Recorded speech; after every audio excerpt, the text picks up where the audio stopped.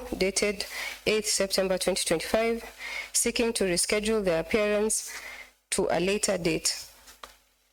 The reason advised in that is that CECM has an official engagement which directly conflicts with today's sermons.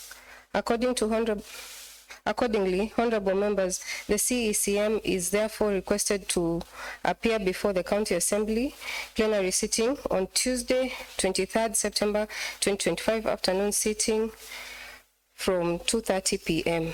to respond to the questions and any supplementary question that may arise. Honorable members, the Chair is in receipt of the County Annual Development Plan 2026-2027 from the County Executive Committee member for Finance and Economic Planning, and it is hereby committed to the County Assembly Committee on Budget, Finance and Appropriation. Honorable members, the Chair has the following communication to make from the Assembly Party leadership on membership of the following committees. Honorable Taraya, Vice Chair, Education and Childhood Development, Early Childhood Development Education, Libraries and Vocational Training Committee. Member to the Public Investment and Accounts Committee. Member to Administration, Security, Devolution, Public Participation, Community Service and Drug Control. Member to Delegated County Legislation Committee. Member to the Lands, Physical Planning and Urban Development Committee. Member to Water Irrigation Service Committee. Honorable Crispus Wando, Vice Chair to the Environment, Forest and Climate Change Committee. Member to the Budget and Appropriation Committee, member to the Procedure and Rules Committee, member to Agriculture, Livestock and Fishery Committee, member to Roads, Transport, Public Works and Infrastructure Development Committee, member to Gender and Culture Committee. Next order. Order number 3, messages. Next order. Order number 4, petitions. Next order. Order number 5, papers. Next order. Order number 6, notices of motion. Next order. Order number 7, questions and statements. Honorable Lillian Mongoi.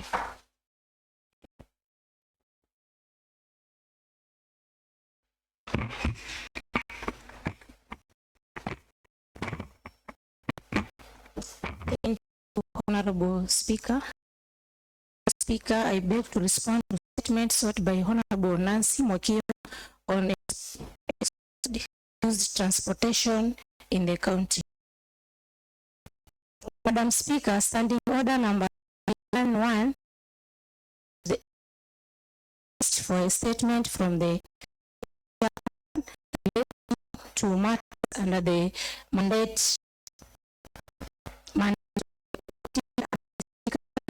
either appoint for the statement or that the statement be issued on the same day. On 15th July 2025, Honorable Nancy Mokio, Chairperson, Justice, Constitutional, Labor and Trade Unions, on environment, forestry and climate change on exposed refused transportation in the county. In the statement, the honor member sought the following information. 1, why the garbage trucks operating without proper covering when transporting waste. Number 2, what is the county government putting in to ensure strict compliance with environmental and public regulations in waste transportation. Number 3, existing operational guidelines, procedures for county staff involved in waste management, and are they being? Number 4, long-term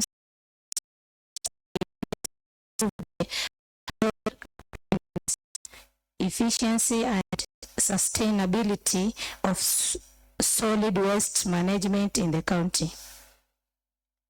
The request for statement was made by the Office of the Clerk, VREF, TTCS/ADM/3/22 Volume 4, 009, dated 15th July 2025. The CEC member in charge wrote back to the committee responding to the statement via letter REF government /TT /W and I WMM volume 25/25 dated 22nd July 2025. The department responded as follows. 1. On why the garbage trucks operate without proper covering when transporting waste.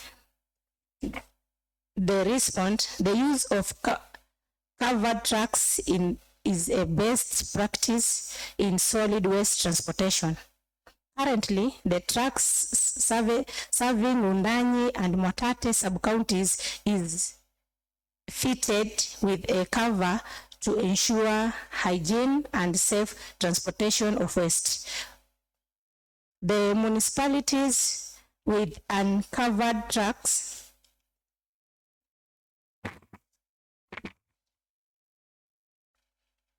the immediate procurement of covers is to temporarily address the issue.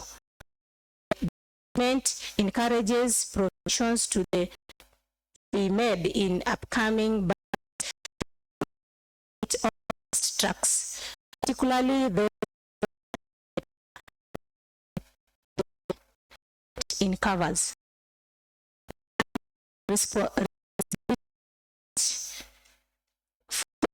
Following the recent including waste management, associated services, and maintenance of garbage trucks, these responsibilities were officially transferred from the Directorate of Environment to the 3 municipalities, Voi, Taveta, and Mwatate. Therefore, the primary obligations of ensuring compliance with waste transportation regulations, including proper commitment of during transportation, now rest the respective question 2. Is the in place to ensure strict compliance with environmental and public health regulations in waste transport. There is use of existing national legislation and standards. Regulations of municipalities. Delegation to development draft policy and inspectors is in collaboration with NEMA. Question 3. On the existence of operational guidelines or standard for county staff involved in waste management, and if they are being enforced. Specific guidelines.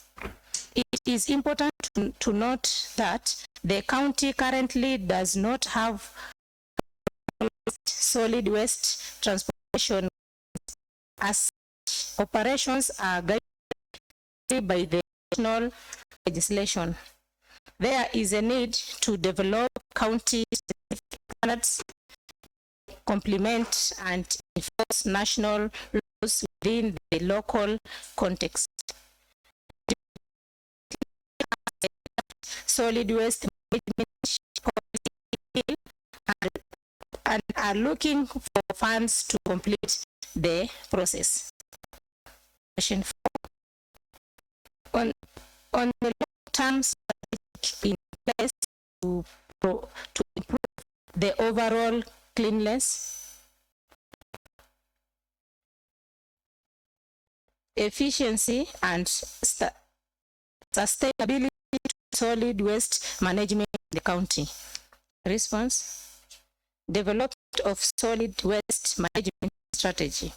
The director has recently a comprehensive waste across the solid waste management strategy. This strategy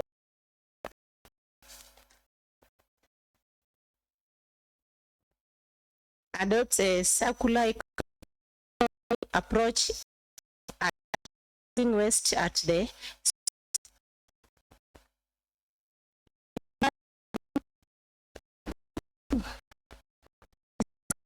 and recycling and improve the of waste collection and transport system.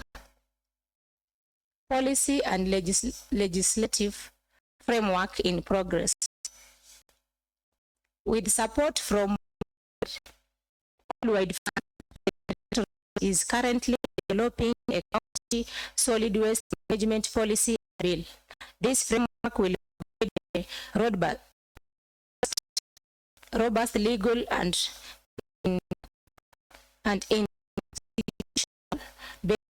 basis for enforcing modern, sustainable, health conscious waste management practices across the country, including transport. Quality conclusion. On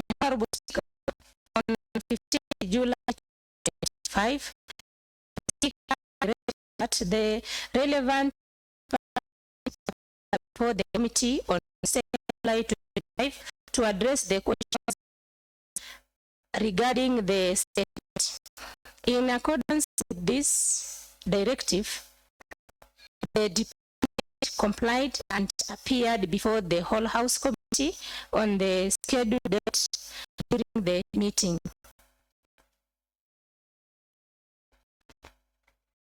During the meeting, the department provided a response to the issues highlighted in the statement. Additionally, members posed several supplementary questions, which the committee member answered to the satisfaction of the members. The statement was also present during the presentation. Following the response given by the department, the committee acknowledged the reason which saw the transfer of key functions such as waste management and the maintenance of garbage truck from the Directorate of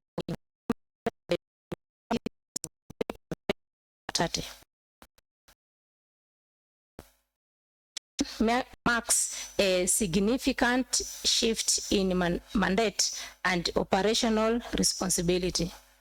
Therefore, the committee concludes that the accountability for ensuring adherence adherence to waste transportation regardless, including the proper control of refuse during transit. Now, squarely lies with the respective municipalities, and now the committee shall urge the municipalities to procure canvas covers as an immediate temporary measures. Further, the committee emphasized the urgent need to implement these recommendations without delay, while also urging the municipalities to prioritize budgetary in order to provide all with inbuilt covers, since proper control of refuse during transportation is critical and safeguarding the environment, and must therefore be treated as a matter of priority. The committee emphasized the need for these municipalities to implement robust systems and oversight mechanisms to fulfill their new mandate effectively and to safeguard public health and environmental integrity. The committee also wants to ensure the House and the honor member that it will engage the municipalities managers regarding committee actions. Finally, during the meeting, the committee also urged to expeditize the finalization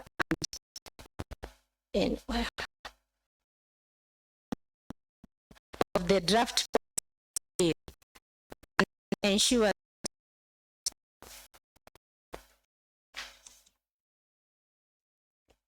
that all municipalities to environmental and public health regulations in their waste management operations. Thank you, Madam Speaker.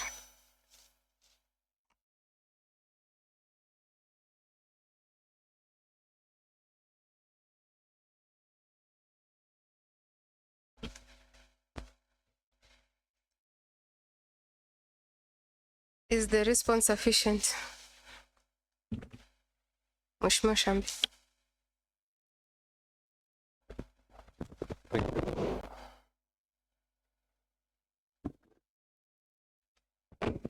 Thank you very much, Madam Speaker.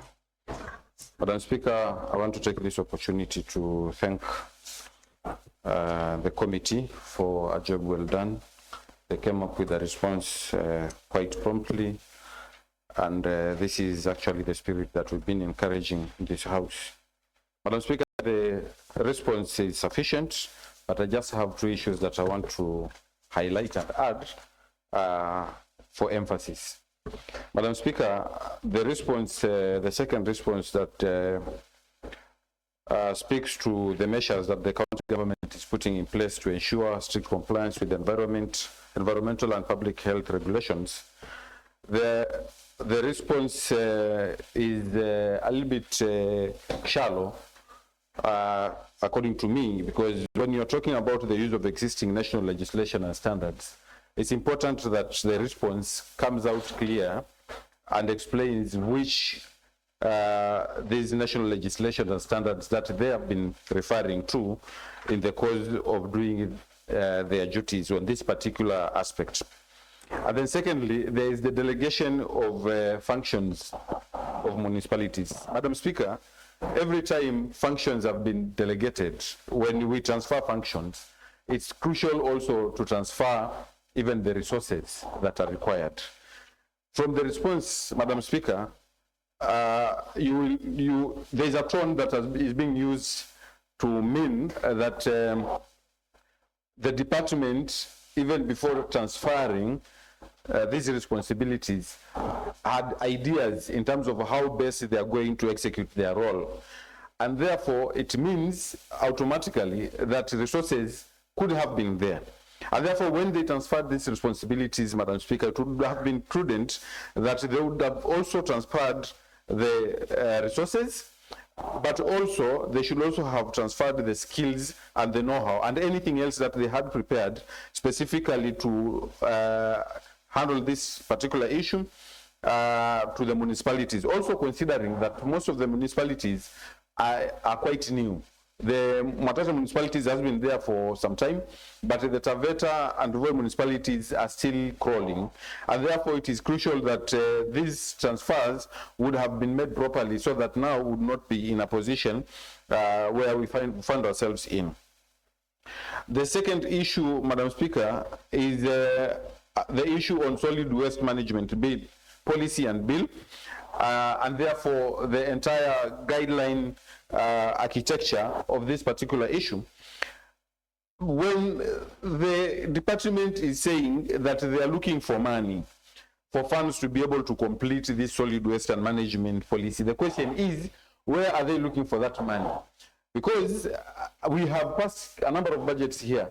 They have not come here to specifically defend this aspect of their role, Madam Speaker. And therefore, I feel that this is just another paperwork, another story that is being put, so just to respond to questions. But it's important that even as they are complaining about resources, then if they feel that this issue is a priority, it is crucial that they should have come here and lobbied for funding specifically to be able to address this aspect. Otherwise, as it is, this still remains stories because it has not been prioritized, and I feel it is important that this issue is prioritized once and for all. And for the coming supplementary budgets or the future budgets, it is important that this House sees that vote head so that we are able to, through the department, to allocate resources for this, because this is a healthy issue. And therefore, it cannot be postponed. It has to be done now, or the earliest opportunity that is possible. And finally, Madam Speaker, I like the committee's conclusion. The committee owned up this report. They have come up with very beautiful recommendations.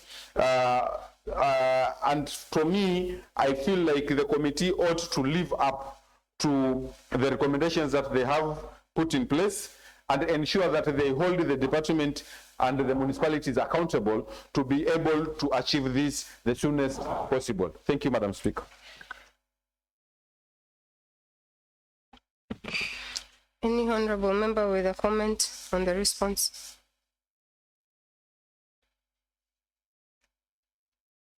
Mheshimiwa Lilian, next statement.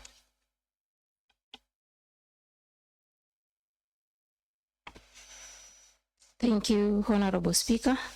Honorable Speaker, I beg to respond to statements sought by Honorable Azardine on statement of the Chakaleri material covering facility. Yeah, Honorable Speaker, Standing Order number 61(1) states that a member may request for a statement from the committee chairperson relating to matters under the mandate of the committee, and the speaker may neither appoint a day for the statement or direct that the statement be issued on the same day. On Wednesday, 23rd July 2025, during the afternoon sitting number 060, Honorable Azardine sought a statement from the Secretarial Committee on Environment, Forestry and Climate Change on status of the Chakaleri Material Recovering Facility. In the statement, the honor member sought the following information. 1, the identity and legal mandate of the entity currently overseeing the management of the facilities, specifically the Waste Management Association, which is believed to be in charge.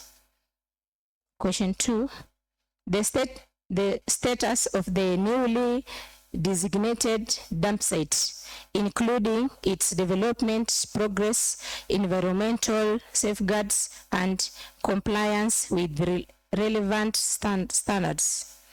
3,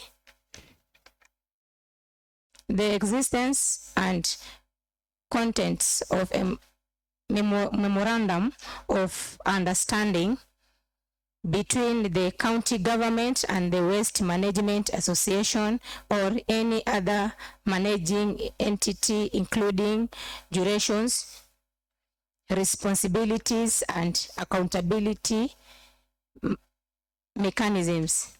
4, details of any pending or incomplete constructions works within the premises,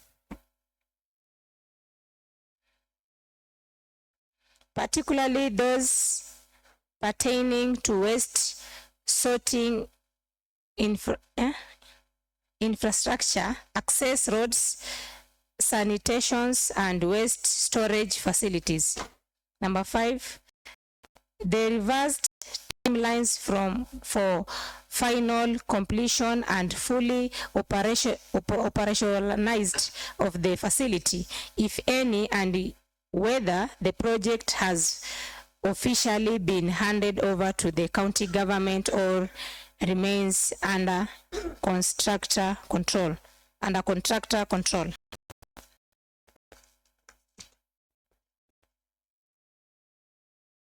What plans, number 6, what plans are in place to sustain and maintenance of the facility? The request statement was made by the Office of the Clerk via REF CS/ADL 22 4 017 3rd July. The CEC member wrote back statement via government W double 2025. The department responded as follows. 1, the identity and legal entire entity currently the management of the facility, specifically the Waste Management Association, which is believed to be in charge. The response: the Chakaleri Recovery Facility remains under the management of the Directorate of Environment, Department of Water, Sanitation, Environment, Climate Change, and Natural Resources. Although the Taita Taveta Waste Actors Association was established with the intent to manage the facility, it has been found to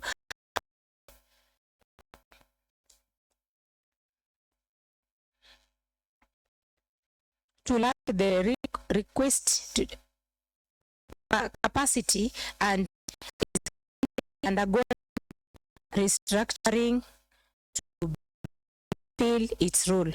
It is also important to note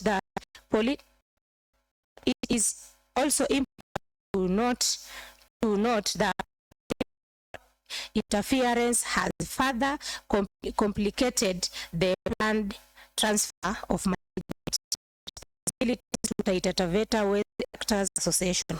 The department is addressing these issues to ensure an appropriate and sustainable resolution. Question 2. On the status of the newly designated dump site, including its development progress, environmental safeguards, and compliance with standards. The development of the new Magoni dump site funded under the financial locally led climate action in brackets, FLOCA program has been largely completed, including the installation of a chain link fence. However, following a technical assessment, several additional works have been recommended to render the site fully operational. This includes construction of a guardhouse, construction of a latrine, bush clearing, excavation of waste hold cells. Operationalization of the dump site has also been delayed by the stalled constructions of Magoni box culvert. This was due to the cancellation of the initial contract and the need for retendering. The department is pleased to report that a new contractor is now on site and work is ongoing. A revised work plan for the remaining works is under development and will be submitted for approval by the relevant committee.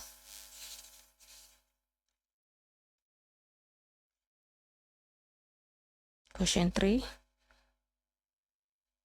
On the existence and contents of a memorandum of understanding between the county government and the Waste Management Association or any other managing entity, including duration, responsibility, and accountability mechanism.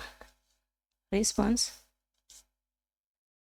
In response to concerns regarding delays in finalizing an MOU between the county government and Taita Taveta Waste Actors Association, the department wished to inform the House and the honorable member that a draft MOU has already been prepared in consultation with UN Habitat and the Center for Sustainable Urban Development Program. This draft was forwarded to the county legal department for review. Subsequently, the document was revised to incorporate legal input and is currently undergoing final consultations with the deployment partners and Taita Taveta Waste Actors Association ahead of the signing. The delay in signing has been a result of deliberate due diligence to ensure that the MOU is legally sound and mutually beneficial. And just to ensure the member that once all this process is done and the MOU is signed, then the member will have a copy of the same. Question number 4.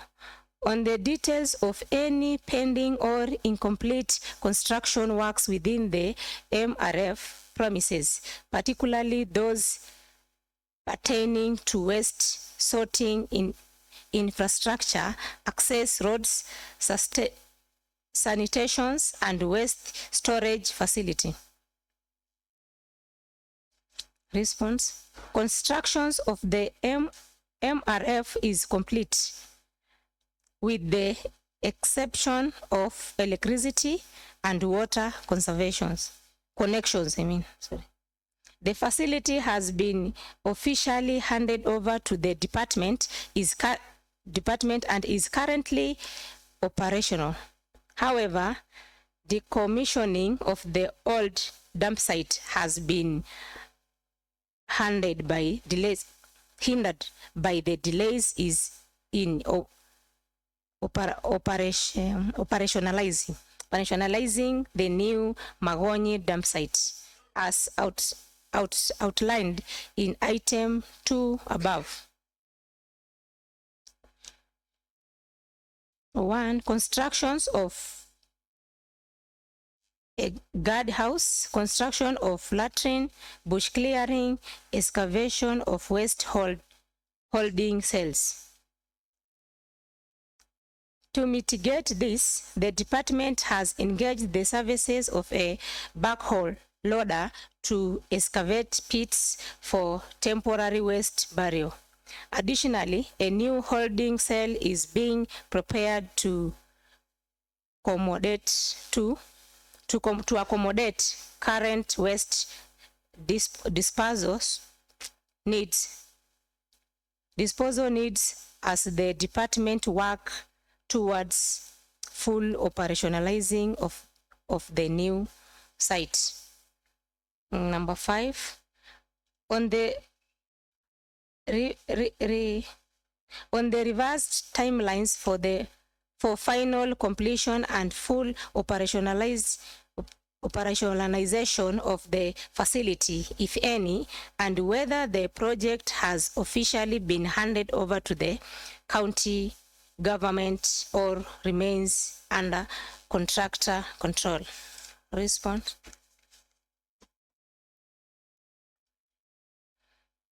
As previously mentioned, the MRF has been completed and handed over to the department and is operational. The department is currently engaging a development partner to support the reorganization and capacity building of Taita Taveta Waste Act Association to enhance its effectiveness in managing the facility. Number 6, on plans in place to ensure sustainability.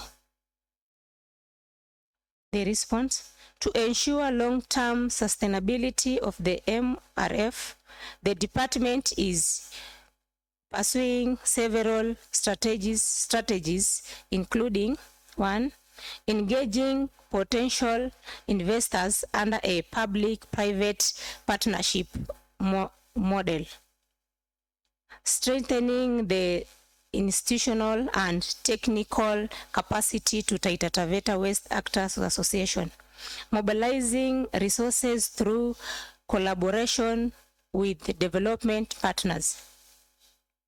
Committee conclusion.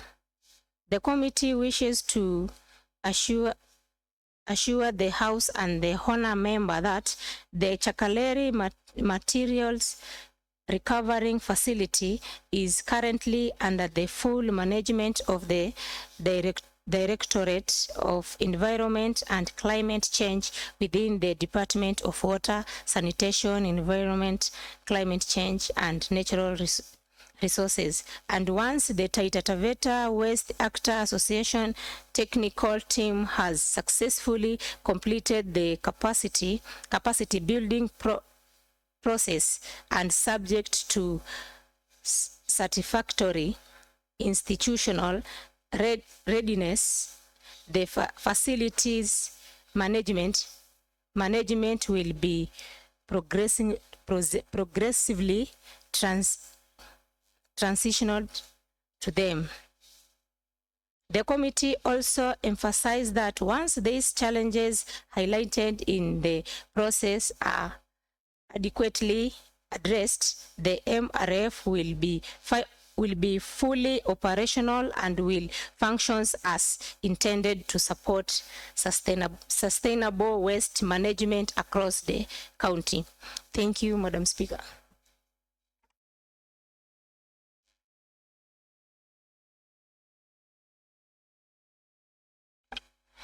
Statement seeker, is the response sufficient?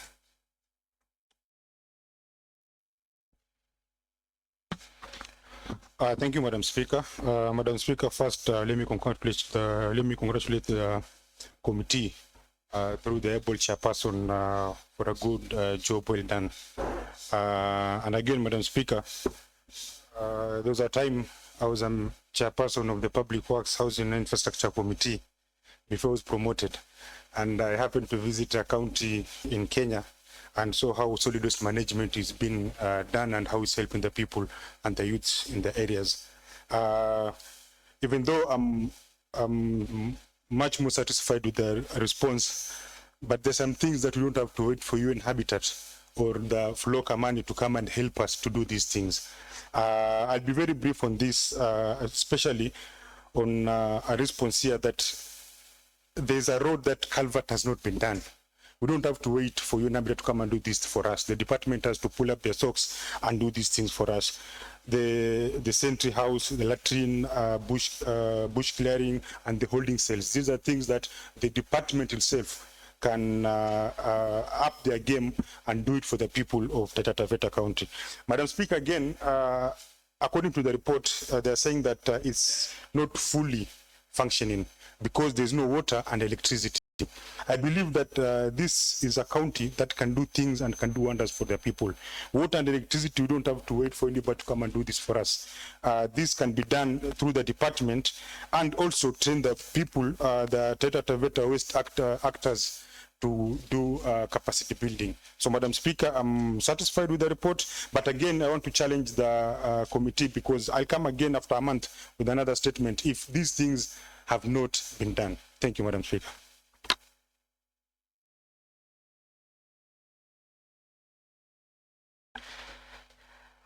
Any honorable member with a comment on the response?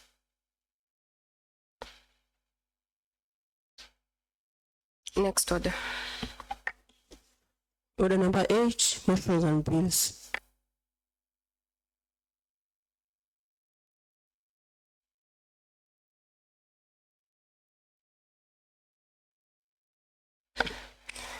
Honorable members, there being no other business, the House stands adjourned until Tuesday, 16 September 2025 at 9:30 a.m.